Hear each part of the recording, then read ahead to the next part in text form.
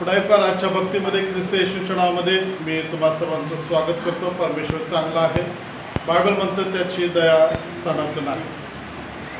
गेल्या आठवड्यामध्ये आम्ही मध्यस्थीच्या प्रार्थना हा विषय शिकलो होतो आणि मी वाट बघत होतो की साक्षीच्याद्वारे काय मध्यस्थी केलेल्या प्रार्थनेची उत्तरं येतात आणि त्याची साक्षी येते का म्हणून। कोणासाठी तरी मध्यस्थी केली का? लक्षात येतं तुमच्या? संधी हा विषय होता का मध्यस्थी होता? त्याच्या आधी संधी होतं ना। आणि कालचा रविवारी मध्यस्थीचा या विषय होता। यावेळेस आपण अजून एक नवीन विषयामध्ये जाणार आहोत आणि नवीन विषयातून शिकण्याचा प्रयत्न करणार आहोत। बघा, बऱ्याच ठिकाणी असं होत आहे की आम्ही लोकांना सुवार्थ सांगतो, साक्ष सांगतो, वचन सांगतो किंवा आमच्या जीवनातले अनुभव शेअर करतो आणि मग ते लोक ऐकतात आणि सोडून देतात। जे विधर्मी लोक आहेत किंवा नास्तिक आहेत आणि त्यांना आम्ही पटवून देण्याचा प्रयत्न करतो की येशू हा देव आहे म्हणून। आणि बऱ्याच वेळा आमच्या निदर्शनास असे येते की ते लोक ऐकत नाहीत, विश्वास ठेवत नाहीत किंवा स्वीकार करत नाहीत। आणि मग आम्ही निराश होतो की आम्ही एवढं त्यांना सांगितलं, साक्ष सांगितले, वचन सांगितले, पण त्यांच्याकडून आम्हाला हवा तसा प्रतिसाद किंवा त्यांच्याकडून आम्हाला रिस्पॉन्स येत नाही आणि मग आम्ही निराश होऊन जातो। आणि मग कधी कधी असा प्रश्न पडतो की हे लोक का ऐकत नाहीत? तुम्हाला झालं का असं कधी की तुम्ही एखाद्याला सुवार्थ सांगितली, तारणाची प्रार्थना करायपर्यंत तुम्ही तिथपर्यंत गेला, परंतु ते येशूला ॲक्सेप्ट करत नाहीत। आम्हाला सगळं माहिती आहे किंवा आम्हाला येशूची गरज नाही, अशी काही वक्तव्य येतात आणि मग आम्ही निराश होतो की आम्ही त्यांच्यासाठी एवढं बोललो, वेळ घालवला, ताकद घालवली, परंतु ते आमच्याकडून म्हणजे त्यांच्याकडून आम्हाला कुठलीच अशी चांगली प्रतिसादाची कृती पाहायला मिळालेली नाही। प्रियानो, याच गोष्टीसाठी आज आम्ही पाहणार आहोत की का बरं ते लोक येशूचं वचन ऐकत नाहीत, का स्वीकारत नाहीत किंवा का येशूला आपला तारणारा म्हणून कबूल करत नाहीत।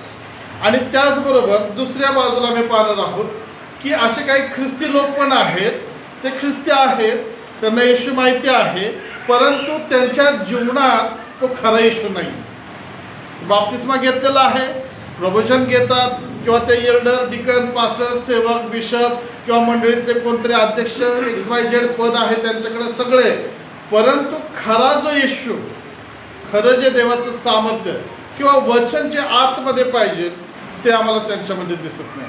त्यामुळे दोन्ही लोकांची आम्ही तुलना या ठिकाणी पाहणार आहोत। विधर्मी लोकांच्या विषयी पण पाहणार आहोत आणि जे ख्रिस्ती आहेत त्यांच्याविषयी सुद्धा पाहणार आहोत। आणि आजच्या विषयाचं नाव आहे आत्मिक आंधळेपणा।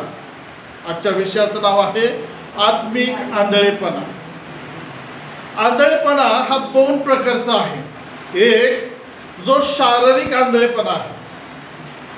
शारीरिक आंधळेपणा हा आम्हाला दिसतो की काही लोकांना जन्मजात डोळे नसतात आणि त्यांचा जन्मच आंधळेपणाने होतो। तर काही असे लोक आहेत की काही आजार आल्यानंतर त्यांची दृष्टी जाते आणि ते आंधळे बनतात। आणि तिसरा जो प्रकार आहे, काहीतरी डोळ्यांवरती अपघात झाल्यामुळे, ॲक्सिडेंट किंवा लागलं, काहीतरी पडलं किंवा उडलं डोळ्यामध्ये आणि मग त्यांची दृष्टी गेली आणि मग ते आंधळे बनतात। हा जो आंधळेपणा आहे हा शारीरिक आंधळेपणा आहे।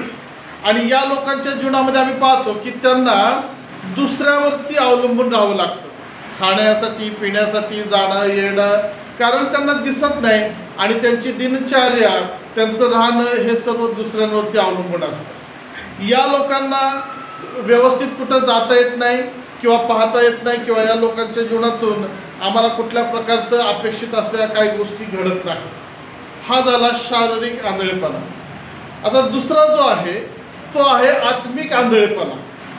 आता हा जो आत्मिक आंधळेपणा आहे हा ख्रिस्ती लोकांमध्ये असणारा आंधळेपणा आहे। यांना डोळे आहेत, कान आहे, नाक आहे, शरीराचा अवयव सगळे काम करतात, परंतु आध्यात्मिक डोळे त्यांचे बंद झालेले आहेत आणि ते आत्मिक आंधळे झालेले आहेत। आणि या आत्मिक आंधळेपणामुळे देवाचं नीतिमत्वाचं कार्य किंवा देवाची जी विशिष्ट कृपा किंवा देवाचे प्रगटीकरण आहे ते त्यांच्यामध्ये प्रगट होत नाही किंवा त्यांना ते समजत नाही। बऱ्याच ख्रिस्ती लोकांची एक ओरड आहे ना, आम्ही बायबल वाचतो, आम्हाला समजतच नाही। किंवा आम्हाला प्रगटीकरण कळतच नाही, आम्हाला देवाची इच्छा काय समजतच नाही. मग हे प्रश्न कधी येतात? ज्यावेळेस तिथं आंधळेपणा येतो त्यावेळेस. आणि म्हणून या दोन्ही प्रकारच्या आंधळेपणामध्ये आम्ही जाणार आहोत, बघणार आहोत. आणि त्याच्यानंतर या लोकांसाठी आम्ही कशी ट्रीटमेंट करायची किंवा आम्ही त्यांना डोळस कसं बनवायचं, त्यांना त्यांचे डोळे कसे उघडायचे हे देखील आम्ही या ठिकाणी आज शिकणार आहोत. म्हणून आम्ही पाहणार आहोत आध्यात्मिक आंधळेपणा. मग आज जे विधर्मी लोक आहेत, तुम्ही म्हणाल मग त्यांच्यामध्ये आंधळेपणा कुठला? मित्रांनो, आम्ही जो दुसऱ्या प्रकारचा जो आंधळेपणा आहे ना, आध्यात्मिक आंधळेपणा, त्याविषयी पाहणार आहोत. लोकांमध्ये आणि ख्रिस्ती लोकांमध्ये, दोन्ही लोकांमध्ये एकच साम्य असणारी गोष्ट म्हणजे आत्मिक आंधळेपणा. लोकांना डोळे आहेत, त्यांना दिसतं, ते पाहतात, ते नजर फिरवतात, त्यांना समजतं, डोळ्याच्या द्वारे त्यांना इशारे करता येतात, डोळ्याच्या द्वारे बघता येतात, डोळ्याच्या द्वारे ते वेगवेगळ्या प्रकारचा अनुभव घेऊ शकतात. परंतु आध्यात्मिक डोळे त्यांचे बंद आहेत आणि म्हणून आम्ही आत्मिक आंधळेपणाविषयी पाहणार आहोत. मग प्रश्न असा येतो की आत्मिक आंधळेपणा काय? तर याचं विश्लेषण असं करण्यात आलंय. आत्मिक म्हणजे काय? तर ज्यामध्ये आत्म्याच्या गोष्टी केल्या जातात किंवा आत्मिक जग की ज्याच्यामध्ये आध्यात्मिक म्हणजे दैवी गोष्टी आहेत. आता आत्मिक जग हे दोन प्रकारचं आहे. एक जे पवित्र आत्म्याच्या द्वारे आलेला आत्मिकता आणि दुसरं शैतानी आत्मिकता. तुमच्या लक्षात येते, थोडंसं अवघड वाटत तुम्हाला, परंतु प्रार्थना करा. आत्मिक जग जे आहे दोन प्रकारचं आहे किंवा आत्मिक गोष्टी दोन प्रकारच्या आहेत. एक आहे जे देवाविषयीचं आध्यात्मिक ज्ञान किंवा माहिती किंवा कार्य ज्याच्यामध्ये आत्म्याच्या द्वारे कार्य केलं जातं. आणि दुसरं जो आत्मिकपणा आहे की जो शैतानी आहे की त्याच्यामध्ये शैतानी काम, शैतानी गोष्टी, शैतानाची कामं केली जातात. आणि मग आम्ही पाहतो की ह्या दोन्ही प्रकारचा जो आत्मिकपणा आहे, शैतानी पण आहे आणि दैवी पण आहे की ज्याच्यामध्ये आत्म्याच्या गोष्टी, आत्म्यामध्ये चालणे, बोलणे, करणे या गोष्टी केल्या जातात. आणि दुसरं आम्ही पाहतो की आंधळेपणा म्हणजे न दिसणे. आंधळेपणाची साधी सोपी व्याख्या काय आहे? न दिसणे. त्याला दुसऱ्या शब्दामध्ये आहे न समजणे. आणि तिसरा आहे कठीणपणा, मनाचा कठीणपणा किंवा हृदयाचा कठीणपणा. आणि ह्या ज्या गोष्टी आहेत याचं जर मिक्सीकरण केलं तर मग असं म्हटलं जातं आध्यात्मिक आंधळेपण. प्रियांनो, या ठिकाणी मला तुम्हाला दाखवायचं आहे की आंधळेपण हे फार विशिष्ट प्रकारे लोकांच्या जीवनामध्ये काम करत आहे. आध्यात्मिक आंधळेपणा भरपूर लोकांच्या जीवनामध्ये आहे आणि त्यामुळे बरेच आंधळे लोक देवाला पाहू शकत नाही, ओळखू शकत नाही किंवा देवाच्या वचनाची त्यांना ओळख झालेली नाही. हालेलुया. तुमच्या लक्षात येतंय का? आंधळे लोकांना समजत नाही. तसंच आध्यात्मिक जीवनामध्ये आंधळे आम्ही कोणाला म्हणतो की ज्यांना समज नाही किंवा ज्यांच्यामध्ये कठीणपणा आहे. आणि ह्याच गोष्टी आज जगातल्या लोकांमध्ये आहेत. जगातल्या लोकांना डोळे आहेत, ते आम्हाला पाहतात, परंतु आम्ही येशूविषयी सांगितल्यानंतर ते येशू ख्रिस्ताला स्वीकारत नाही. हा त्यांच्यामध्ये असलेला आंधळेपणा आहे.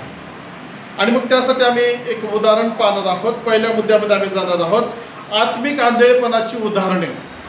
पहिल्या मुद्द्याचं नाव आम्ही पाहणार आहोत आत्मिक आंधळेपणाची उदाहरणे. मग आम्ही एक उदाहरण म्हणजे एक वचन पाहणार आहोत आणि त्या वचनातूनच पुढच्या गोष्टी आम्ही शिकण्याचा प्रयत्न करणार.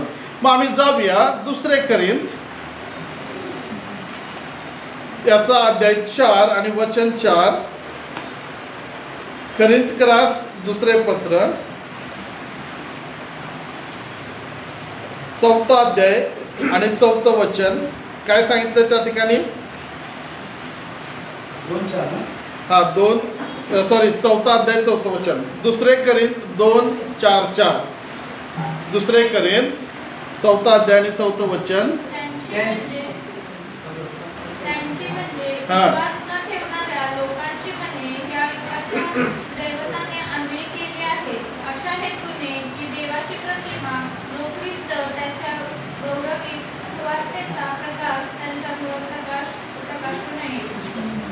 बघा काय म्हटलेलं आहे, त्यांची म्हणजे विश्वास न ठेवणाऱ्या लोकांची मने या युगाच्या देवाने आंधळी केली आहेत. प्रियांनो, जे लोक तुमची सुवार्थ ऐकत नाही, म्हणजे तुम्ही सुवार्थ सांगता ते ॲक्सेप्ट करत नाही, ऐकत नाहीत किंवा तुम्ही साक्ष सांगता येशू चांगला आहे, येशूने क्षमा केली वगैरे वगैरे, आणि ते स्वीकारत नाही, कबूल करत नाहीत किंवा विश्वास ठेवत नाहीत, त्यांच्याविषयी हे पहिलं उदाहरण आहे. आम्हाला पडलेला प्रश्न की हे लोक काय ऐकत नाही, तर वचन काय म्हणतं की या युगाच्या, असंच आहे ना तुमच्या बायबलमध्ये काय म्हणलेलं आहे, त्या लोकांची मने या युगाच्या देवाने आंधळी केलेली आहे. आणि प्रियानो लक्षात घ्या की या युगाचे दैवत कोण आहे, तर जगामध्ये असणारे सर्व दुष्टात्मे आहेत. हे जे आकाशामध्ये असणारे जे दुष्टात्मे आहेत, हे दुष्टात्मे लोकांच्या मनाचा ताबा घेतात आणि त्यांचं मन कठीण करतात. त्यांच्या मनामध्ये ते द्वेष, राग उत्पन्न करतात. येशूविषयी त्यांच्यामध्ये अनिच्छा निर्माण करतात. ते ऐकायला नको असं त्यांच्या मनामध्ये घालतात आणि मनाचा ताबा घेतात. आणि त्यामुळे जो व्यक्ती दुष्टात्म्याच्या हातामध्ये आहे किंवा ज्याचं मन दुष्टात्म्याच्या ताब्यामध्ये आहे, तो कोणताही व्यक्ती येशूवर विश्वास ठेवत नाही. तो व्यक्ती कसा आहे, तो आध्यात्मिक आंधळा झालेला आहे. त्यांना येशू दिसत नाही. जाणून बुजून शैतान, ते दुष्टात्मे त्यांचे डोळे बंद करतात, म्हणजे त्यांचं मन कठीण करतात. त्या ऐकलेल्या गोष्टी स्वीकारू नये, त्याच्यावर विश्वास ठेवू नये म्हणून त्यांना काय केलं जातं, आपल्या अंडरमध्ये ठेवलं जातं. आणि मग हे दुष्टात्म्यांच्या अधीन असणारे लोक, तुम्ही त्यांना किती स्वार्थ सांगा, किती तुम्ही त्यांच्यासाठी प्रार्थना करा किंवा त्यांच्या मागे जा, ते तुमच्या हातात येत नाहीत किंवा ते तुम्हाला समजत नाही. या ठिकाणी दुष्टात्म्यांचं कार्य चाललेलं आम्हाला पाहायला मिळतं. एखादा व्यक्ती चांगला आहे, बोलायला चांगला आहे, वागायला चांगला आहे, परंतु ते येशूला स्वीकारत नाही. का बरं असं होतं?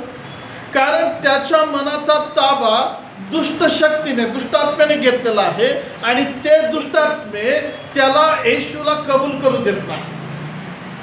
कधी कधी तुमचं होतं का असं, एखादं वचन तुम्हाला स्वीकारायला अवघड वाटतं का? एखाद्याला क्षमा करायला अवघड वाटते का? एखाद्याला क्षमा मागायला सुद्धा अवघड वाटते का? असं का होतं? कारण त्यावेळेस काही वेळेपुरतं ते दुष्टात्मे आमच्या मनाचा, विचारांचा ताबा घेतात आणि आम्हाला देवाच्या विरोधात उभं करतात. राग येतो का तुम्हाला? मी नाही क्षमा मागणार किंवा मी नाही क्षमा करणार, माझी काय चूक आहे. आणि मग या गोष्टी कधी येतात, समजायचं की तिथं तुमच्यावर कोणाचं तरी नियंत्रण आलेलं आहे. हालेलुया. बरं, प्रश्न असा आहे, देवाच्या लोकांवर दुष्टात्मे नियंत्रण करू शकतात का? करू शकतात की नाही? तुम्हाला काय वाटतं? हालेलुया. करू शकतात. आता दुसरा प्रश्न, तुमच्यावर दुष्टात्मे नियंत्रण करतात असं तुम्हाला वाटतं का? तुम्ही दुष्टात्म्यांच्या नियंत्रणामध्ये कधी कधी जाता असं तुम्हाला वाटतं का? काही हो म्हणतात, काही नाही म्हणतात. आपण वचन बघूया कसं दुष्टात्मा काम करतो. लूक वृषभवर्तमान 24वा अध्याय आणि वचन 16. लूक याचा अध्याय 24 आणि वचन 16. काय म्हटलं लिहिलेलं बघा तिथं. 15 वचनापासून वाचायचं आहे आणि वचन आम्ही 16व्या वरती जराशी चर्चा करणार आहोत. वाचा बरं. मिळालं लूक 24:15 आणि 16. आणि असे झाले की ते संभाषणवर चर्चा करीत असताना येशू स्वतः जवळ येऊन त्यांच्याबरोबर चालू लागला.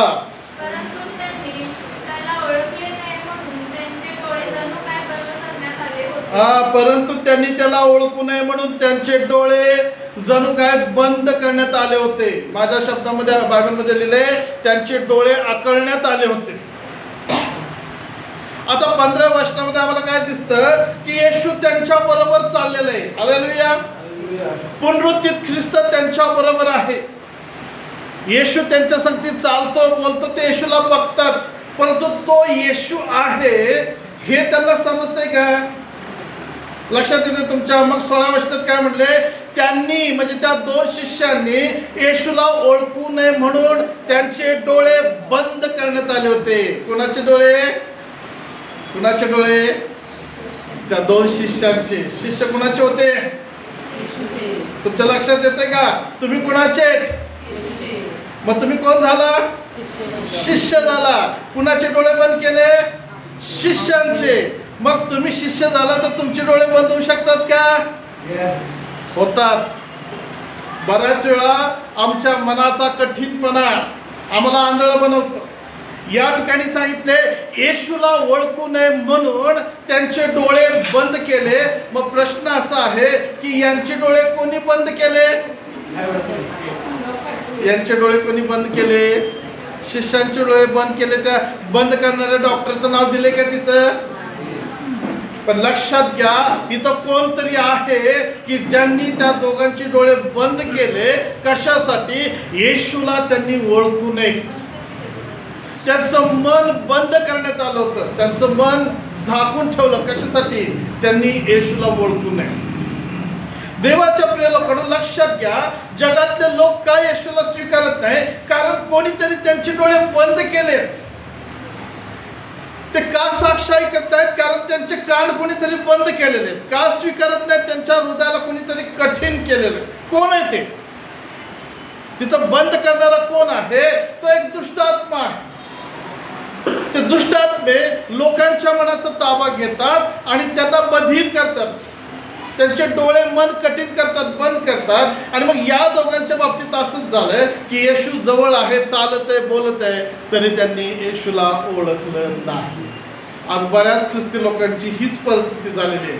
ती येशू बरोबर आहेत म्हणतात, चर्चमध्ये आहेत, मंडळीमध्ये आहे, बायबल त्यांच्या जवळ आहे, येशू त्यांच्या जवळ आहे, परंतु येशूला अजूनही त्यांनी नीट ओळखलेलं नाही. का बरं असं झालेलं आहे? कारण अजूनही ते शैतानाच्या ताब्यात आहेत. हा, ते जगाला मात्र व्यवस्थित ओळखतात. का? जगासाठी त्यांचे डोळे उघडे आहेत. परंतु देवाला ओळखणे, देवाच्या आज्ञा महान आहेत त्या समजून घेणे, देवाची इच्छा ओळखणे अजून बऱ्याच लोकांना जमत नाही. ते येशू बरोबर आहेत, परंतु येशूला अजून खरंपणाने ओळखलेलं नाही. कसं झालं माहिती आहे का? एका आंधळ्या शाळेमधली एक गोष्ट मी वाचली होती. एका शिक्षकाने रविवारच्या दिवशी, सुट्टीच्या दिवशी सगळ्या त्या आंधळ्या मुलांना बागेमध्ये फिरायसाठी घेऊन गेले, खेळायसाठी. सुट्टीचा एक दिवस त्यांना. आणि मग एकमेकांची जोडी असे हात पकडून एकाला एक पकडत मग त्यांना बागेमध्ये खेळायला सोडलं. आणि सोडून झाल्यानंतर सगळ्यांना त्यांनी परत घेतलं आणि आपल्या रूमकडे त्यांना घेऊन आले. शाळेमध्ये, अंधशाळेमध्ये आणलं. आणि दुसऱ्या दिवशी त्यांना एक सरांनी प्रश्न विचारला, मुलांनो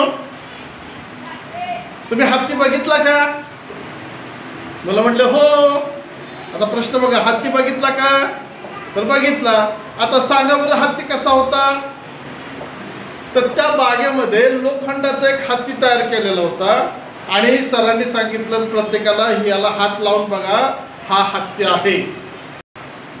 हत्तीचा सांगाडा त्या लोखंडी सळीचा केलेला होता आणि प्रत्येकाने बघितलं. मग राणी तू सांग हत्ती कसा आहे? राणी म्हणली तो खांबासारखा आहे. बर अजय तू सांग तो सुपासारखा आहे. मग तू सांग तो रश्शीसारखा आहे. अशी प्रत्येकाने वेगवेगळी उदाहरणं दिली. तुमच्या लक्षात येते का? का बरं त्यांची अशी उत्तर आली असतील? का बरं ती एक मुलगी म्हणते की तो हत्ती खांबासारखा आहे? कारण तिनं त्या पायाला हात लावला. दुसरा म्हणतो दोरीसारखा, रश्शीसारखा, त्याने ती शेपटी पकडली होती. एक म्हणतो तो असा फार मोठा आहे, त्यानं त्या पोटाला पकडलं होतं. एक म्हणतो सुपासारखा आहे, त्यानं त्याच्या कानाला पकडलं होतं. पूर्ण हत्ती हा त्यांना समजलाच नाही. हालेलुया. ख्रिस्ती लोकांची हीच अवस्था झालेली आहे. देव कसा आहे? देव प्रीती आहे एवढंच माहिती आहे. देव कसा आहे? देव चांगला आहे एवढंच माहिती आहे. पण तुम्हाला माहिती आहे का की देव शासन पण करणारा आहे? तुम्हाला माहिती आहे का देव तडाखा देखील देणारा आहे? देव जागेवर भस्म करणारा अग्नी देखील आहे. प्रियांनो, आम्हाला तेवढाच येशू माहिती आहे जेवढा आम्ही तापसलेला आहे. कारण सगळा येशू बघायसाठी आमचे सगळे डोळे पूर्ण उघडलेच नाहीत. त्या झोपेतून उठलेल्या व्यक्तीसारखी अवस्था झाली. बारकेच आमचे डोळे उघडलेले असतात आणि सकाळी सकाळी आम्हाला कसं दिसतं? अंधुक दिसतं. या शिष्यांचे डोळे बंद करण्यात आले होते असं बायबल सांगतं. कशासाठी? त्यांनी त्याला ओळखू नये. हा आत्मिक आंधळेपणा आहे. देवाच्या प्रिय लोकांना, आता खरा आध्यात्मिक आंधळेपणा, आता आम्ही ही जगिक लोकांविषयी पाहिलं, मग आत्मिक लोकांविषयी बायबल म्हणतं की आंधळेपणा काय आहे. एपिस्करास पत्र 4 अध्याय आणि 18 वचन आम्ही या ठिकाणी काढूया. एपिस्करास पत्र 4 अध्याय, आम्ही ख्रिस्ती लोकांच्या विषयी आज या ठिकाणी आम्ही पाहत आहोत. 4 अध्याय आणि वचन 18 काय म्हणतं बघा. ते बुद्धी संबंधाने अंधकारमय झालेले आहेत, त्यांच्यातील अज्ञान व त्यांच्या अंतःकरणाच्या कठीणपणा यामुळे ते ईश्वरी जीवनाला पारखे झाले आहेत. वचन 19, ते बधीर झाल्यामुळे त्यांनी हावरेपणाने सर्व प्रकारची अशुद्धता करण्यासाठी स्वतःला कामतुरपणाच्या स्वाधीन केले. पौल एफिसच्या लोकांना काय सांगतो की ते कसे झालेले आहेत? बुद्धी संबंधाने अंधकारमय झालेले आहेत आणि प्रियांनो त्यांच्यामध्ये आंधळेपणा आलेला आहे. आणि तो आंधळेपणा काय आहे तर या ठिकाणी 3 गोष्टी आम्ही पाहतो. पहिली, ख्रिस्ताविषयीचे किंवा दैवी विषयाचे असणारे अज्ञान. हालेलुया. ख्रिस्ताविषयी किंवा देवाविषयी दैविक गोष्टीचा असणारा अज्ञान म्हणजे तो आत्मिक आंधळेपणा आहे. आज बऱ्याच लोकांना चर्चमध्ये आहेत, मंडळामध्ये आहेत, घरामध्ये बायबल वाचतात, परंतु दैवाविषयीचं जेवढं हवं तेवढं ज्ञान त्यांच्याकडे नाही. वचनाचं ज्ञान नाही, अज्ञानी पण आहे. हालेलुया. आता एक वचन आहे तुमच्यासाठी मी सांगतो. आता माझ्याकडे पहा या ठिकाणी. मागा म्हणजे तुम्हास दिले जाईल. हे वचन तुम्हाला माहिती आहे. मग हे वचन तुम्ही कशासाठी वापरता? मागा म्हणजे म्हणजे काय मागता? यस. बऱ्याच वेळा आम्ही हे वचन कशासाठी वापरतो? पैशासाठी. पैशाची गरज असली की प्रभूला काय म्हणतो? प्रभू तुझं वचन म्हणतं की नाही मागा म्हणजे मिळेल, मग मी आता मागतो. पण येशूने तिथं कुठं पैशाचा उल्लेख केलाय का? मग आम्ही लगेच आजारपणात म्हणतो प्रभू तुझं वचन म्हणतं ना मागा, मग आम्ही आरोग्य मागतो. पण लक्षात घ्या, हे अज्ञानीपण आहे. इथं पैशासाठी आरोग्यासाठी मागा म्हटलेलं नाही. हे कशासाठी आहे? हे फक्त पवित्र आत्म्यासाठी आहे. नंतर तुम्ही तो अध्याय पुढे वाचत गेला तर म्हटलेलं आहे मग ज्यावेळेस तुम्ही पित्याकडे जर मागता तर तो तुम्हाला किती विशेष करून काय देईल? काय देईल? पैसे, आरोग्य, घर, लग्न, बंगला, गाडी काय देईल? पवित्र आत्मा तुम्हाला किती विशेष करून दिला असं सांगितलेलं आहे. ऍक्च्युली देव ह्या वचनाच्या द्वारे केलेली प्रार्थना तुमची ऐकतो. पण लक्षात घ्या, वचनाविषयीचं अज्ञान आम्हाला त्या ठिकाणी दिसून येतं. ते वचन पवित्र आत्मा मागण्याविषयी दिलेलं आहे आणि बऱ्याच वेळा आम्ही मागतो परंतु पवित्र आत्म्याचं सामर्थ्य मागतच नाही. पवित्र आत्म्याचं प्रकटीकरण मागत नाही. पवित्र आत्म्याची अभिषेक, पवित्र आत्म्याच्या गुप्त गोष्टी आम्ही मागतच नाही. आम्ही काय मागतो? देवा पैसे दे ना, आरोग्य दे, माझ्या प्रार्थनेचं उत्तर दे. हा आध्यात्मिक आंधळेपणा काय आहे? हे अज्ञानीपणे पौल एफिसच्या लोकांना सांगतो. दुसरं त्या ठिकाणी म्हटलेलं आहे की त्यांच्यामध्ये कठीणपणा, मनाचा कठीणपणा हा आंधळेपणा आहे. मन कठीण होणे. देवाचं वचन समजतं, देवाचं वचन आमचे दोष दाखवतं, देवाचे वचन आम्हाला एक संधी देतं पश्चातापाला, परंतु आम्ही कठीणपणानं पश्चाताप करत नाही. आमचं मन त्या शैतानाच्या हातात जातं, ते कठीण बनतं आणि तो दुष्ट आत्मा काय म्हणतो? कशाला तू पश्चाताप करतो? तुला काय गरज आहे? लक्षात येते तुमच्या? कशाला क्षमा मागायची, कशाला क्षमा करायची, कशाला प्रार्थना करायची? देवाला सगळं कळतं की, मनातल्या गोष्टी काय तो ओळखत नाही का? त्याला सगळं समजतंय की. प्रियांनो, हा जो कठीणपणा आहे हा कठीणपणा आध्यात्मिक आंधळेपणा आहे. आणि तिसरं जे आहे, जे आम्ही 19व्या वचनामध्ये वाचलं, ते बधीर झालेले आहे. बधीर म्हणजे काय हो? कधी कधी तुम्ही रागानं म्हणता का, हे बधीर इकडे बघ ना जरा, हा लक्ष दे की काय बधीर, डोकं बधीर झालंय का? बधीर झालंय का तुम्ही? नाही असं म्हणतात. तुम्हाला नाही म्हणत मी बरं का. बधीरपणा म्हणजे काय? संवेदना नसणे, नाही का? लहान लेकराला, बाळाला डॉक्टर चेक करतात, फटाफट मारतात. जर काही रिॲक्शन आली नाही तर म्हणजे तो बधीर झालेला. शरीरातून रिप्लाय न येणे, संवेदना संपणे, त्याला दुसऱ्या भाषेमध्ये म्हटलेलं आहे जाणीव नसणे, शून्यता. आम्हाला काय करायचं? येशू मेला मेला, संपला विषय. आम्ही आमच्या प्रमाणे चालणार, आम्ही आमच्या इच्छेप्रमाणे जगणार. लोकांचं तिकडे काय काय व्हायना, आम्ही काय स्वार्थ सांगणार नाही. आम्ही काय झालेलं आहे, आम्ही बधीर झालेलो आहे. आम्ही काय झालेलं आहे, आम्ही जाणीव शून्य झालेलो आहोत. आमच्यामध्ये कळवळा किंवा ती जाणीव नाही आहे. आम्हाला त्या लोकांविषयी देवाविषयी काहीच वाटत नाही. ख्रिस्ताने केलेल्या बलिदानाचं ज्याला गांभीर्य नाही तो व्यक्ती कसा आहे, आध्यात्मिक आंधळा आहे. हेच आंधळेपण प्रियानो लक्षात घ्या, लोकांना नरकाकडे घेऊन जात आहे. आणि मग हे जे अज्ञानीपण आहे हे आंधळेपणामध्ये येतं. आणि होशे 4:6 मध्ये म्हटलेलं आहे, ज्ञानाच्या अभावी माझ्या लोकांचा नाश झालेला आहे. यशया म्हणतो, ज्ञान नसल्यामुळे माझे लोक बंदिवासामध्ये गेलेले आहेत. कुणाच्या बंदिवासामध्ये? शैतानाच्या, दुष्टात्म्याच्या बंदिवासामध्ये. आणि तिथं ज्ञान हा आंधळेपणा आहे, अज्ञान आंधळेपणा आहे. जर तुम्हाला प्रार्थनेचं ज्ञान नाही तर तुम्ही आंधळे आहात. तुम्हाला पवित्र आत्म्याचं ज्ञान नाही, तुम्ही आंधळे आहात.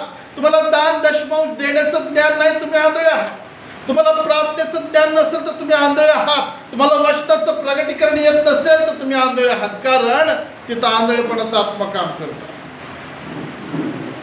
जरी तुम्ही म्हटला आम्ही प्रभू बरोबर आहोत, पण ते दोन लोक प्रभू बरोबर होते पण तो प्रभूला ओळखत नव्हते. आज बऱ्याच अशा मंडळी आहेत ते ख्रिस्ताच्या नावाबरोबर आहे पण तो ख्रिस्त त्यांच्यामध्ये नाही. बरेच विश्वासणारे आहेत, आम्ही विश्वासणारे बाप्तिस्मा घेतलेले, परंतु ख्रिस्त त्यांच्या आतमध्ये नाहीये, बाहेरच आहे. तो आंधळेपणा आहे. देवाच्या प्रिय लोकांनी लक्षात घ्या, आंधळेपणा मनाचा कठीणपणा आहे. आणि मनाचा कठीणपणा याचा अर्थ आहे की देवाला न अनुसरणे. कठीणपणा काय करतो? ऐकत नाही. ऐका तुमच्यात लेकरं अशी जा रे दुकानात नाही आण, हालतच नाहीत. प्रेमानं सांगितलं, लाडानं सांगितलं आणि शेवटी काय करायचं, जोरात कानपडीत द्यायचे. मार खातील खरं हालत नाही. मग काय म्हणतं, काय दगडावानी कठीण झाला रे, होतं की नाही असं? तो कठीणपणा हालत नाही, आज्ञा पाळत नाही, त्याला आवडत नाही ऐकायला. हा कठीणपणा म्हणजेच आत्मिक आंधळेपणा आहे. देव ओरडून ओरडून वचन सांगतो, पाळव सांगतो, सेवक सांगतात, तुम्हाला काय ओरडायचं ओरडा, आम्ही काय टसचे मस्त होणार नाही, आहे की नाही? हालेलुया. 10:30 या मध्यस्थीची प्रार्थना, काय तुम्हाला ओरडायचं ओरडा पाळत साहेब, आम्ही 12:30, 11, 10च्या पुढेच या. कठीणपणा आहे ना, का आज्ञापालन नाही येते. हा आंधळेपणा आहे. आणि हाच आंधळेपणा काय करत आहे, लोकांचा नाश करत आहे, मंडळीचा नाश करत आहे. त्याचप्रमाणे ख्रिस्ती लोकांविषयी सुद्धा आम्ही या ठिकाणी पाहतो. दुसरा मुद्दा आहे ख्रिस्ती लोकांमधील आध्यात्मिक आंधळेपणा. ख्रिस्ती लोकांमधील आत्मिक किंवा आध्यात्मिक आंधळेपणा. आता खरा जो ख्रिस्ती लोकांमधला आंधळेपणा काय आहे, पहिले योहान 2 अध्याय 11 वचन, जर आपण फास्टमध्ये जाऊया. पहिले योहान 2 अध्याय 11 वचन, तिथं असं म्हटलेलं आहे, पण आपल्या बंधूचा द्वेष करणारा अंधारात आहे व अंधारात चालतो, तो कोठे जातो हे त्याला ठाऊक नसते, कारण अंधाराने त्याचे डोळे आंधळे केलेले आहे. हालेलुया. योहान त्याच्या मंडळीला पत्राच्या द्वारे कळवतो. पहिले योहान 2 अध्याय वाचलेलं वचन 11, तो काय म्हणतो, आपल्या बंधूचा द्वेष करणारा अंधारात आहे आणि जो अंधारात आहे त्या व्यक्तीचे डोळे अंधाराने आंधळे केलेले आहेत. हालेलुया. हालेलुया. आता माझ्याकडे बघा, मी दिसतोय का तुम्हाला? मी दिसतोय? मी दिसतोय की नाही? का दिसतंय तुम्हाला? हा, आहेत ना डोळे? डोळे नाही तरी हात वर करा बरं. देवाच्या प्रिय लोकांनो, अंधारात आम्हाला दिसत नाही आणि आम्ही आंधळ्यासारखे होतो. काही वेळेपुरते चाच पडतो, ठेच कळतो, पडतो. बायबल काय सांगतं की मंडळ्या आंधळेपणामध्ये गेलेल्या आहेत, अंधारामध्ये गेलेले आहेत. का बरं? पाळक आंधळे झालेले आहेत, सेवक आंधळे झालेले आहेत, मंडळ्या आंधळे झालेत. तिथं अशी सुरुवात केलेली आहे बघा, काय म्हटलं वचन 11 मध्ये, पण आपल्या बंधूचा द्वेष करणारा. हालेलुया. आपल्या बहिणीचा द्वेष करणारा, पालकाचा द्वेष करणारा, मंडळीचा द्वेष करणारा, शेजाऱ्याचा द्वेष करणारा, आईबापाचा द्वेष करणारा, सहकार्याचा द्वेष करणारा, नातेवाईकांचा द्वेष करणारा हा कसा आहे? आंधळा आहे. हालेलुया. हे पत्र जे लिहिले ना, हे मंडळीसाठी लिहिलेलं आहे, विधर्मी लोकांसाठी लिहिलेलं आहे. प्रियांनो, ज्यावेळेस एखादा बाप्तिस्मा घेतलेला व्यक्ती द्वेष करतो ना, त्यावेळेस तो आंधळा बनतो. आता प्रश्न असा आहे की द्वेष करणे म्हणजे नेमकं काय हो, हे समजण्यासाठी तुम्हाला डायरेक्ट प्रश्न आहे. आता माझ्याकडे लक्ष देऊन बघा, ऐका. तुम्ही द्वेष करता का? तुमचा द्वेष कोण करते का? नको म्हणणार. तुमचा द्वेष करताय ना कोणतरी, म्हणजे काय करताय? तुमचा द्वेष करतात म्हणजे काय करतात? तुच्छ लेखणे. ठीक आहे. अजून रागाने बघणे, रागाने बोलणे, नाही का? वागणूक जी आहे ती तिरस्काराची असते. द्वेष म्हणजे तिरस्कार. बायबल सांगतं की द्वेष हे एक असं पाप आहे, एक असा दुष्टात्मा आहे की जो व्यक्ती द्वेष करतो, ज्याचा करतो त्याच्याविषयी नाही सांगत, जो करतो की नाही त्याच्या जीवनामध्ये फार फार अंधार आहे. अंधार हे शैतानाचं प्रतीक आहे. तो आत्मिक आंधळा आहे जरी त्याचा बाप्तिस्मा झाला असेल. तो आत्मिक आंधळा आहे जर भावाचा द्वेष करतो किंवा बहिणीचा द्वेष करतो. पवित्र शास्त्रामध्ये माहिती आहे का तुम्हाला, योसेफाला भाऊ होते आणि योसेफाला प्रगटीकरणाचं दान होतं. त्यानं दृष्टांत पाहिला. 12 पेंड्या 11 पेंड्या माझ्या पुढे काय होते? नतमस्तक होते. भावाने काय केला? द्वेष केला. हालेलुया. एक बहीण म्हणती एका भावाला, आता त्या बहीण भावाची नावं तुम्ही सांगा. देव काय फक्त तुझ्याशीच बोलतो, आमच्याशी बोलत नाही? कुणी बोलला असं? पवित्र शास्त्रातलं उदाहरण आहे. देव फक्त तुझ्याशीच बोलतो का? मिर्याम आणि आरोन मोशेला बोलतात. द्वेष आहे त्या ठिकाणी. येशूला सुद्धा यहुदी लोकांनी टोमणे मारले द्वेषाने. काय म्हणले माहिती का? आमचा जन्म व्यभिचारातून झालेला नाही. हा द्वेषाचा शब्द आहे, टोम नाही. कारण ते काय म्हणत होते? येशूचा जन्म व्यभिचारातून झालेला आहे, कारण त्याच्या आई वडिलाचं लग्न झालेलं नव्हतं. द्वेषाचं बोलणं आहे प्रियांनो. आज प्रबोधन घेतात तरी द्वेषाने बोलतात, प्रार्थना करतात द्वेषाने बोलतात, दान देतात द्वेषाने बोलतात. सगळं काही देवाच्या वचनाप्रमाणे करत आहेत तरी देखील बंधूचा द्वेष केला जात आहे. आणि जो द्वेष करतो तो अंधारात राहतो आणि तो आंधळ आहे असं बायबल म्हणतो. देवाच्या प्रिय लोकांना लक्षात घ्या, परमेश्वराची इच्छा आहे की आम्ही आंधळी नसावं. द्वेष, त्याला दुसरा एक शब्द आहे तिरस्कार. आणि तो द्वेष करतो किंवा तिरस्कार करतो तो देवाच्या दृष्टीने खुनी व्यक्ती आहे. कसा आहे तो? खून करणारा. यूहन्नाचे पहिले पत्र 3रा अध्याय आणि 15 वचन बघा. यूहन्नाचे पहिले पत्र 3रा अध्याय आणि 15 वचन काय म्हटलंय त्या ठिकाणी? जो कोणी आपल्या बंधूंचा द्वेष करतो, जो कोणी आपल्या बंधूचा द्वेष करतो तो नरहिंसक आहे. बस काय म्हटलेलं आहे? जो कोणी आपल्या बहिणीचा, भावाचा, सेवकाचा, पालकाचा, मंडळीचा, शेजाऱ्याचा किंवा शत्रूचा, काम करणाऱ्या बरोबर असणाऱ्या पार्टनरचा, तुम्हाला त्रास देणारे तुमचे शेजारी असतील त्या शेजाऱ्याचा द्वेष करतो तो कसा आहे? नरहिंसक. म्हणजे काय हो? जिवंत मारून टाकणारा व्यक्ती आहे, म्हणजेच तो खुनी आहे. आणि शास्त्र म्हणतं आणि कोणत्याही नरहिंसकाच्या ठाई सार्वकालिक जीवन राहत नाही. हालेलुया. अशा व्यक्तीच्या ठाई सार्वकालिक जीवन राहत नाही. सार्वकालिक जीवन कोण आहे? प्रभू येशू ख्रिस्त आहे. आणि जो द्वेष करतो त्याच्या जीवनात कधी येशू राहत नाही. लक्षात येते? साधं सोपं समीकरण. जी स्त्री, जो पुरुष, जो भाऊ, जी बहीण दुसऱ्याचा द्वेष करते त्याच्या ठाई जीवन नाही, म्हणजेच त्याच्या ठाई येशू नाही. जर येशू नाही तर तिथं सत्य पण नाही. मग तिथं कोण आहे? तिथं हिंसा करणारा दुष्टात्मा. प्रियानो, आम्हाला बोलायला वागायला वाटतं सोपं, परंतु सोपं नाही, फार अवघड आहे. द्वेष करणं वाटतं साधी गोष्ट आहे, परंतु द्वेषाचे परिणाम फार भयंकर आहेत. मिर्याम म्हणले, आमच्याशी देव बोलतं का रे मोशे, लय स्वतःला शहाणा समजतोस काय, असं बोलले. आणि शास्त्र म्हणतं ती एकदम कोडाने भरली, पूर्ण कोड आलं तिच्या शरीरावर. मोशेनं शाप दिला का, जा तुला असं होईल आणि तसं होईल, मला बोललीस म्हणून? नाही, देवाने त्याची बाजू घेतली, त्याचा द्वेष केला, परंतु देवाने ते सहन झालं नाही. देवाने तिला तिथंच फटका दिला का झटक्यात.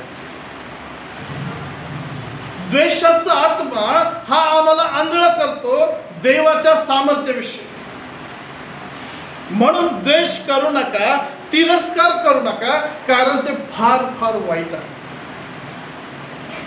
पवित्र शास्त्रामध्ये नंतर तुम्ही वाचा 2 राजे 2 शमूएल 13 अध्याय 14 वचनामध्ये आम्हाला दिसतं की दाविदाचा एक मुलगा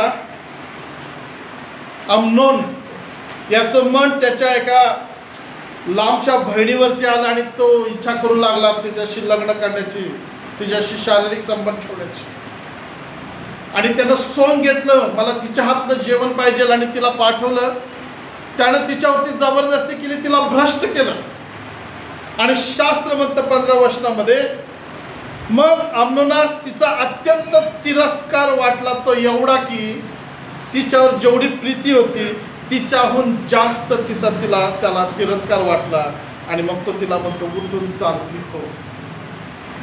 तिरस्कार एखाद्याचं आयुष्य उद्ध्वस्त करून टाकतं, तर तिरस्कार स्वतःचं आयुष्य त्याच्यापेक्षा जास्त उद्ध्वस्त करून टाकतं. हा द्वेष मंडळांमध्ये आहे. एक मंडळी दुसऱ्या मंडळीचा द्वेष करतो, एक पालक दुसऱ्या पालकाचा द्वेष करतो, एक आराधना करणारा दुसऱ्या आराधनेचा द्वेष करतो, एक लीडर दुसऱ्या लीडरचा द्वेष करतो, एक शेजारी दुसऱ्या शेजाऱ्याचा द्वेष करतो. प्रियानो, हे आंधळेपण आहे आणि हे भयंकर असं पाप आहे जे द्वेषाच्या द्वारे आमच्या जीवनामध्ये काम करतं. म्हणून द्वेष करू नका. शास्त्र म्हणतं आपणापेक्षा एकमेकांना तुम्ही काय करा, श्रेष्ठ माना. आपणापेक्षा दुसऱ्याला जास्त तुम्ही इज्जत द्या, सन्मान करा. परंतु उलट होतं, आम्ही काय करतो, माझ्यापेक्षा तर पुढे जातोय काय, काहीतरी कुरगडी केली पाहिजे, लयच पुढं पुढं पाळत त्याला बोलवतात काय, लयच भारी प्रार्थना करतो काय, त्याला कसं बसवायचं बघतोच. आता कोण करतं हे मंडळ्या करत आहे, विश्वासणारे म्हणणारे करत आहे. परंतु हा आत्मिक आंधळेपणा आहे. आणि शास्त्र म्हणतं जो अंधारात राहतो, जो आंधळा झालेला आहे तो चाच पडतो, त्याला कळत नाही मी कुठं चाललेला आहे. आणि अंधारामध्ये द्वेषामध्ये जो आहे त्याच्या ठाई सार्वकालिक जीवन नाही. जरी तुम्ही प्रार्थना करत असाल आणि म्हणणार मी येशूचा आहे, पण तो द्वेष जर करत असाल तर येशू तुमच्या बरोबर नाही. तुम्ही ठरवायचं माझ्यामध्ये येशू असायला पाहिजे का नसायला पाहिजे. आणि जर असायला पाहिजे तर द्वेषाला तुमच्यामध्ये येऊ देऊ नका. तुमच्यामध्ये लीनता, नम्रता, सौम्यता येऊ द्या की ज्या तुम्हाला आशीर्वाद घेऊन येतील, पण तो द्वेष तुमचं नुकसान करेल. हालेलुया. तिसरा आणि शेवटचा मुद्दा आहे, आत्मिक आंधळेपणा कशाने जाईल. दोन्ही लोकांचा, विधर्मी लोकांचा आंधळेपणा आणि आध्यात्मिक मध्ये असणारे जे ख्रिस्ती व्यक्ती आहेत त्यांच्यामधला आंधळेपणा कसा जाईल. आणि मग आम्ही पाहतो येशू बर्थलमयकडे गेला आणि म्हटला तुला बरं व्हायचंय का, तुझी इच्छा काय आहे. आणि तो म्हटला मला दृष्टी पाहिजे. येशूने त्याच्या डोळ्यांना हात लावला, स्पर्श केला आणि म्हटला जा, तुझ्या विश्वासाने तुला दृष्टी प्राप्त झालेली. हालेलुया. आता याचे डोळे कशाने उघडले हो, येशूच्या स्पर्शाने, त्याच्या विश्वासाने. एका आंधळ्याला त्याने काय केलं, थुकला, जमिनीवर चिखल केला, त्याच्या डोळ्याला लावला आणि म्हटलं जा त्या तळ्यामध्ये, शिलो नावाच्या तळ्यात जा आणि धू. तसे डोळे आलेले आहेत. प्रियानो, या ठिकाणी येशू आहे, परंतु आता इथं आम्हाला आपोआप डोळे उघडायचे आहेत, बरं व्हायचा. परत एकदा आम्ही 2 Corinthians 4:4 मध्ये येतो आणि तिथं असं म्हटलंय, असा की देवाची प्रतिमा जो ख्रिस्त त्याच्या तेजाचे सुवार्तेचा प्रकाश त्यांच्यावरती प्रकाशावा. प्रियानो, आध्यात्मिक दोन्ही प्रकारच्या लोकांची डोळे उघडायचे असेल तर सुवार्तेचा प्रकाश, सुवार्तेचं किरण, सुवार्तेचा उजेड त्या आंधळ्या लोकांच्या डोळ्यावर ज्यावेळेस जाईल, म्हणजे मनावर जाईल, त्यावेळेस तो प्रकाश त्यांचे डोळे उघडेल. Hallelujah, hallelujah. कान उघडलेत काय? कान उघडले की तोंड उघडतात, माहिती आहे तुम्हाला, आहे की नाही? मग हालेलुया कानात गेलं की काय उघडलं पाहिजे? अजूनही कळलं नाही. म्हणजे काय म्हणणार तुम्ही? आम्हाला मनुष्यच वाटत नाही. देवाच्या प्रिय लोकांनो, आत्मिक डोळे उघडण्यासाठी एकच औषध आहे, ते म्हणजे देवाचं वचन. मन कठीण झालं ते वितळवण्यासाठी, अंधारातल्या त्या व्यक्तीला बाहेर काढण्यासाठी वचनाचा प्रकाश. आता तुम्हाला टेक्नॉलॉजी आली माहिती का? डोळ्याचं ऑपरेशन किंवा शरीराच्या एखाद्या भागाचं ऑपरेशन आता सुई दोरा कात्री घेऊन करत नाही. कशाने करतात? लेझर किरण जे असतात, लेझर ऑपरेशन म्हणलेले मुतखडे झालेले खडे फोडायचे असतात, पित्ताचे खडे फोडायचे, काय काय खडे केले ते सगळे खडे फोडायचे. लेझर किरण आहे, ते किरण इतकं पॉवरफुल आहे की त्या खड्याला तुकडे तुकडे करून टाकतं. त्याच्यापेक्षा भारी लेझर किरण देवाचं वचन आहे.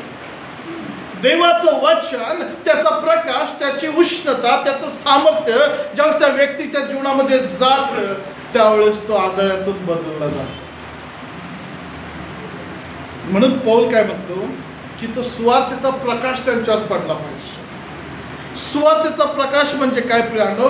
देवाचं वचन. वचनच त्या लोकांना आंधळेपणातून बरं करू शकतं. आज आमच्या जीवनात वचन कमी झालेलं आहे. वचनाला तुच्छ लेखलं जाते, बाजूला ठेवलं जाते. काय वचन वाचायचं? वचन आम्हाला माहिती आहे. काय वचनाचं मनन करायचं? आम्हाला सगळं माहिती आहे. त्यांना काय वचन सांगायचं आहे? पण त्यांचा आंधळेपणा दूर करण्याचं सामर्थ्याचं वचन तुमच्या हातात देवाने दिलेलं आहे. म्हणून संदेश ऐकणं, संदेश स्वीकारणं, संदेश समजून घेणं फार गरजेचं आहे. फक्त किती सुंदर ऐकायला मिळतं यासाठी नाही संदेश ऐकायचं.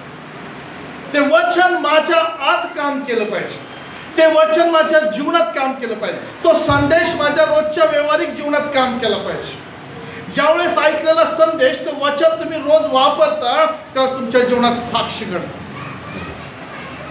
हालेलुया. दाविदाला समजलं. स्तोत्र 119:105 मध्ये काय म्हणतो?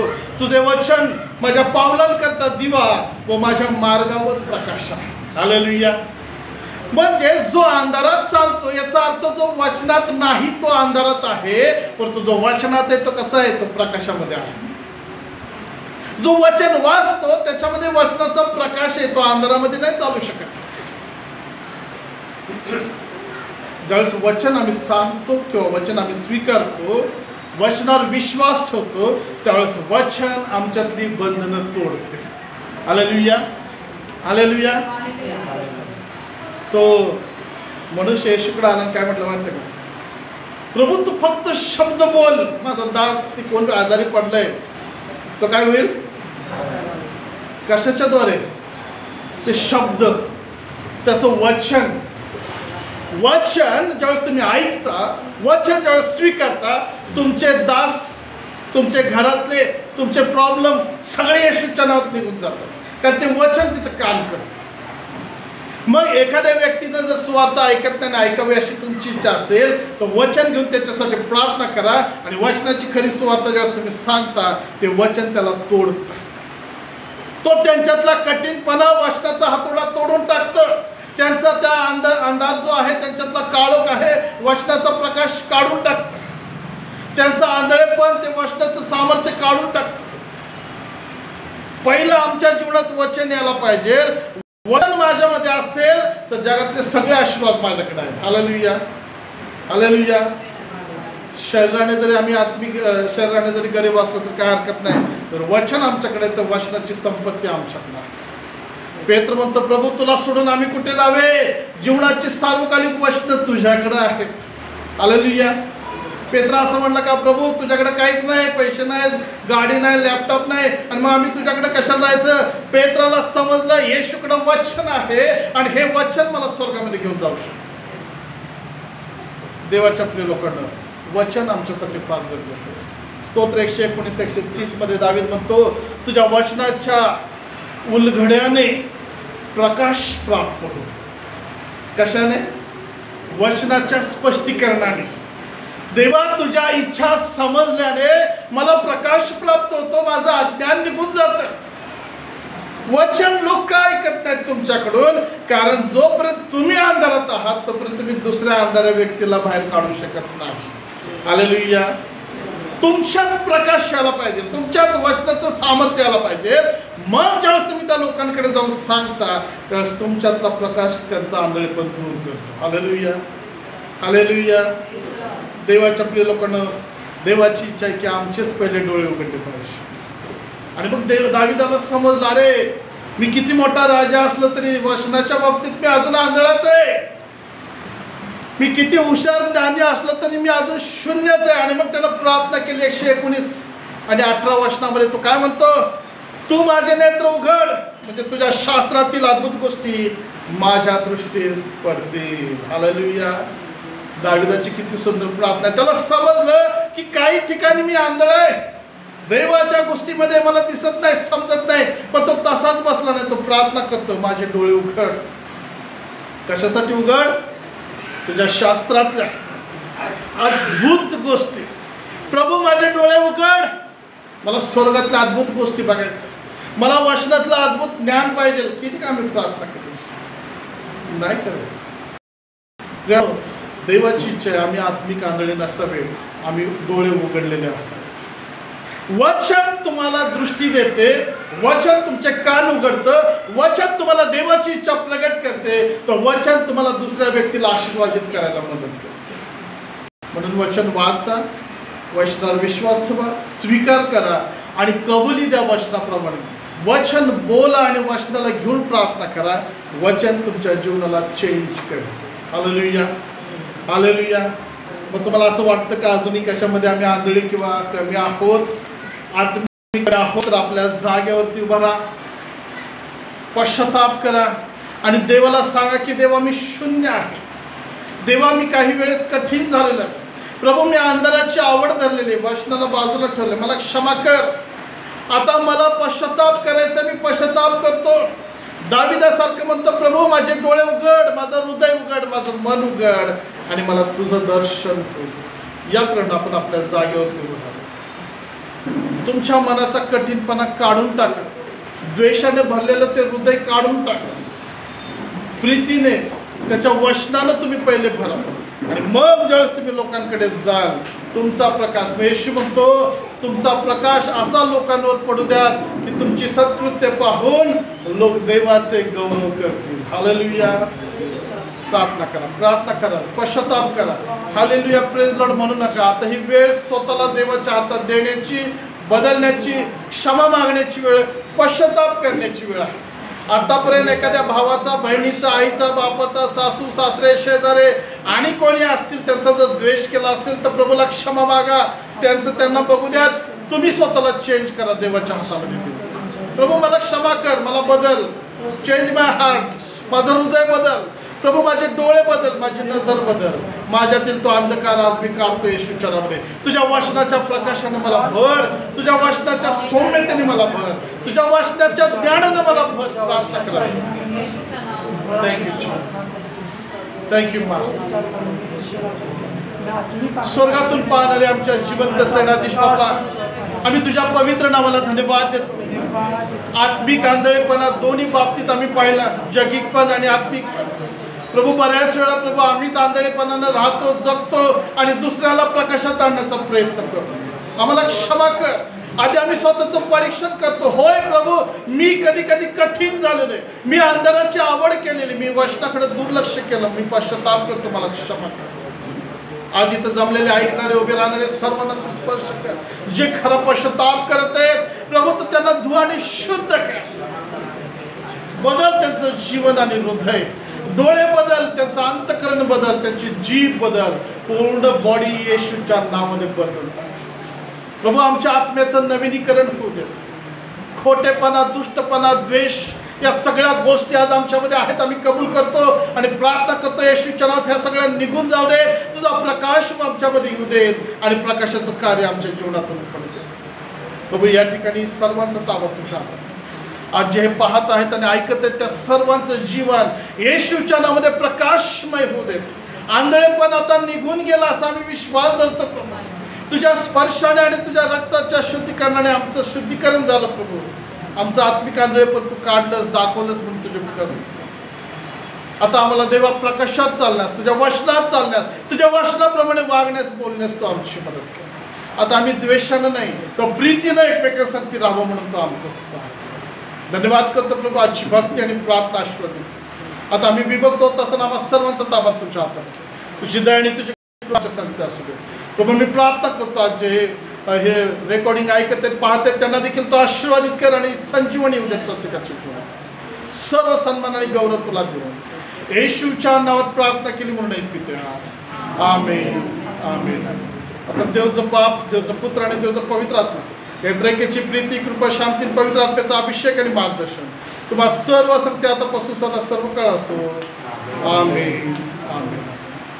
Praise the Lord.